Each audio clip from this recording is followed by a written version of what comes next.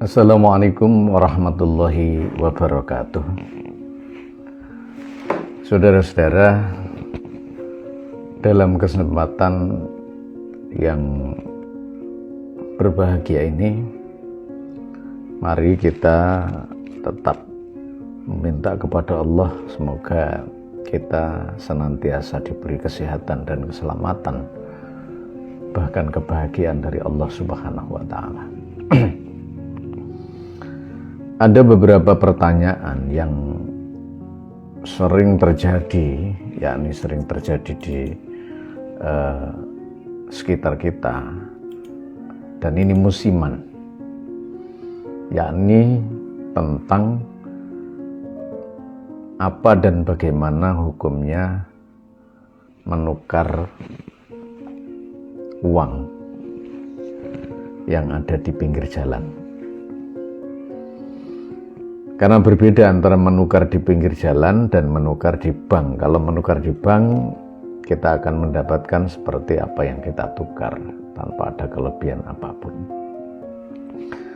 Namun di sini kita akan melihat ternyata di pinggir jalan itu ada kelebihan, entah itu 10.000 atau 20.000 atau 5.000. Persoalan ini sangat menjadi kontroversi di masyarakat.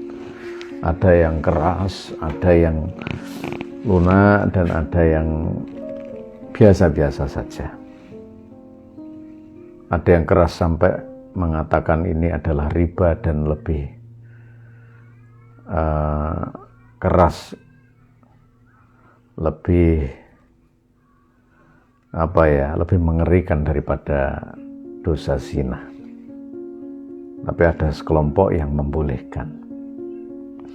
Bagaimana melihat dua hal yang berlawanan ini? Ada yang pro dan ada yang kontra. Saudara-saudara, memang kita kalau melihat fenomena penukaran uang itu, kalau ketinggalan di bank, berarti kita akan, bisa jadi kita masih di bank tapi berjejal-jejal atau antrian yang begitu panjang dan melelahkan. Bisa jadi kita lebih mudahnya adalah menukar di orang-orang yang menawarkan di pinggir jalan, entah mereka juga bekerja. Nah, bagaimana melihat ini supaya kita tidak terjerumus, terjebak dalam justifikasi haram-haram atau terlalu halal-halal? Persoalan ini ada dua pandangan, dilihat dari dua sudut pandang. Sudut pandang yang pertama adalah persoalan ini adalah dari praktek penukaran uang itu atau ma'qud alaih adalah uangnya. Jadi antara uang dengan uang. Ini untuk kita menukar uang di pinggir jalan loh ini. Ini persoalannya adalah yang di pinggir jalan. Jadi kalau yang kita lihat itu adalah antara uang dengan uang, ma'qud alaihnya itu uang. Uang 100.000 kita tukar, ya, kita nambah 10.000. Jadi kita memberikan 110, kita dapat 100. Bisa dijadikan pecahan atau lebih baru. Kan lebih menarik kalau baru itu, lebih bagus, lebih indah lah. Kalau dalam bahasa lain ada angpau, dia dimasukkan di dalam amplop kemudian diberikan ke anak-anak yatim atau sanak kerabat, khususnya anak-anak kecil. Nah, ini kalau pandangannya adalah pada penukaran uang saja. Jadi niatnya itu niat menukar uang, kemudian antara uang yang ditukar dengan yang menukar itu berbeda, berlebih, ya. Yang menukar nambah 10.000, yang ditukar itu hanya 100.000. Jadi intinya kita memberikan 110.000, kita akan dapat 100.000. Ini kalau dalam bahasa agamanya namanya adalah berlebih, atau dalam bahasa yang lebih familiar dikatakan riba, maka ini hukumnya haram. Haram dalam artian karena lebih, karena ada salah satu yang dirugikan dan ada yang diuntungkan. Ini kalau memandangnya itu sebuah penukaran, ansih penukaran uang dengan uang. Jadi yang dilihat itu adalah uangnya. 100.000 ya, kemudian 110.000. Yang menukar nambah 10.000, yang ditukar dia dapat 10.000. Nah, tergantung kita. Kita itu melihat ini adalah sebuah hal yang sifatnya tukar uang, membeli uang atau bagaimana. Kalau itu yang terjadi, kalau kita niatnya seperti itu dan kita melihat itu adalah sebuah kerugian besar, maka hukumnya haram karena itu adalah riba. Ini sudut pandang yang pertama. Ini bisa menjadi hukum haram karena hukumnya riba dan kita makan barang haram. Tapi agama itu memberikan solusi, atau dalam bahasa lain namanya ada khelah di sana. Kita jangan terlalu jadi orang keras, kita jangan terlalu jadi orang yang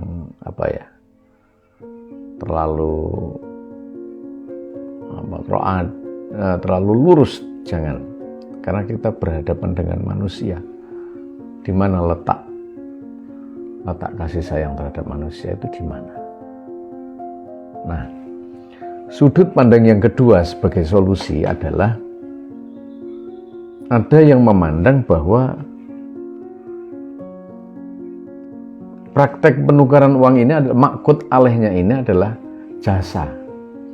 Jadi dia tidak memandang antara uang dengan uang, tapi jasa, penghargaan, ujroh, upah dari orang yang kita tukar. Masa kita tidak bisa menukar? Masa kita tidak bisa memberi kasih sayang kepada orang yang kita tukar? Kita sudah, kalau di bank berjejal-jejal, antri-antri, tapi dengan dia tidak. Maka kita harus memberikan sesuatu, yakni upahnya lah 10.000 itu. Nah ini, jadi kita memberikan, ini namanya kategori ijaroh. Kalau tadi yang pertama adalah hanya penukaran uang dengan uang, ya, atau pembelian uang dengan selisih. Kalau ini adalah dilihat dari lelahnya orangnya.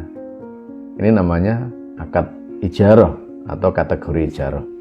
Apa sih ijaroh itu? Ijaroh itu sebenarnya adalah sejenis jual beli. Jadi ada kebolehan. Hanya produk saja, hanya saja produknya adalah berupa jasa. Berupa jasa itu jasa kelelahannya, lelahnya itu, bukan barangnya. Karena ijaroh adalah sejenis jual beli, maka ia bukan termasuk kategori riba. Keterangan ini dalam kitab Fathul Mujib Al-Qarib. Al-ija wal ijarah fil haqiqah bai'un. Hakikat ijarah adalah jual beli. Illa annaha qabilatul littaqib wa annal mabi' fiha laysat ainan minal a'yan bal manfaatum minal manafi'. Ada manfaat di sana. Imma manfaatu ainin wa imma manfaatu amalin. Ya. Di sana ada jasa dari sebuah barang atau jasa dari sebuah tenaga. Jadi ini jasa dari sebuah tenaga. Nah, ini artinya adalah ada solusi. Jadi Anda boleh menukar uang itu. Ya, Anda harus punya rasa lah kepada orang-orang yang gitu. Anggaplah 10.000 itu kita gunakan sebagai ujroh atau upah. Tapi sebenarnya upah itu harus distandarkan. Tapi ini kan tergantung kita bisa sedekah itu, karena bahasanya itu nyangoni, ya, ngopahi lah. Sama halnya seperti ini ada semacam kias lah.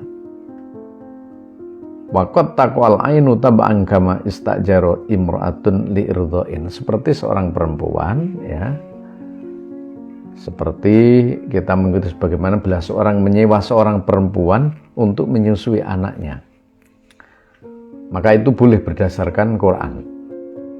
Berdasarkan Quran itu ada nas Quran yang sahih. Titik akadnya terletak pada aktivitas mengasuh balita tersebut oleh seorang perempuan yang meletakkannya di pangkuannya, menyuapinya dengan susu dan memerahnya sesuai kebutuhan. Jadi titik akadnya, maqut alaihnya terletak pada aktivitas si perempuan. Sementara ASI menjadi hak balita sebagai konsekuensi dari aktivitas itu. Lihat Syekh, ya, Nawawi Al-Bantan Nihayatuz Zen yang diterbitkan oleh Bandung PT Ma'arif, ya, halaman 259. Jadi tarif yang dibayarkan pada penukaran uang di pinggir jalan adalah jasanya, bukan pada barangnya. Yakni uang pembayaran tarif itu sendiri disebutkan dalam Al-Quran seperti seorang yang menyewa perempuan untuk menyusui bayinya. Qala Allah Ta'ala fa in ardhna lakum fa'atuhunna ujurahun.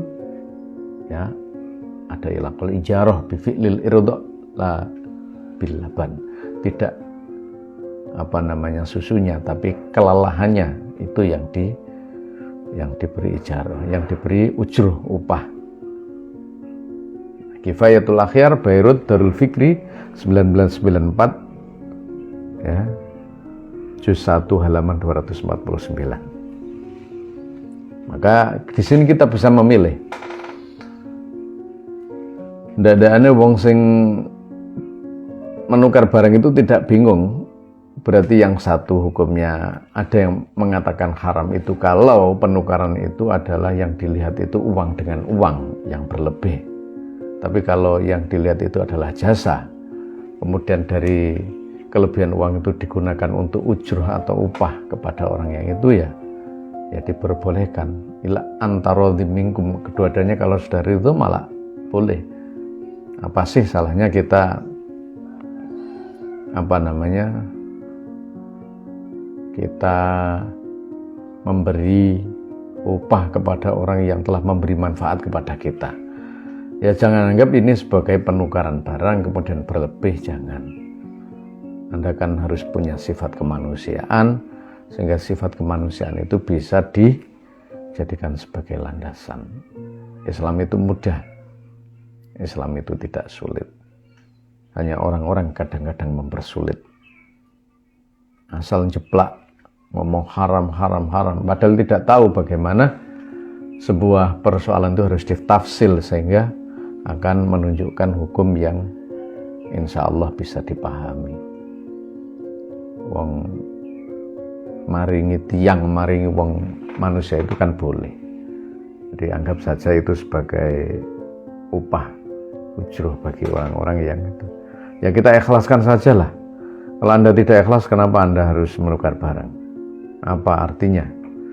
Kalau tidak ada titik sosial dalam pikiran Anda sebagai seorang manusia yang benar-benar mampu untuk menjadikan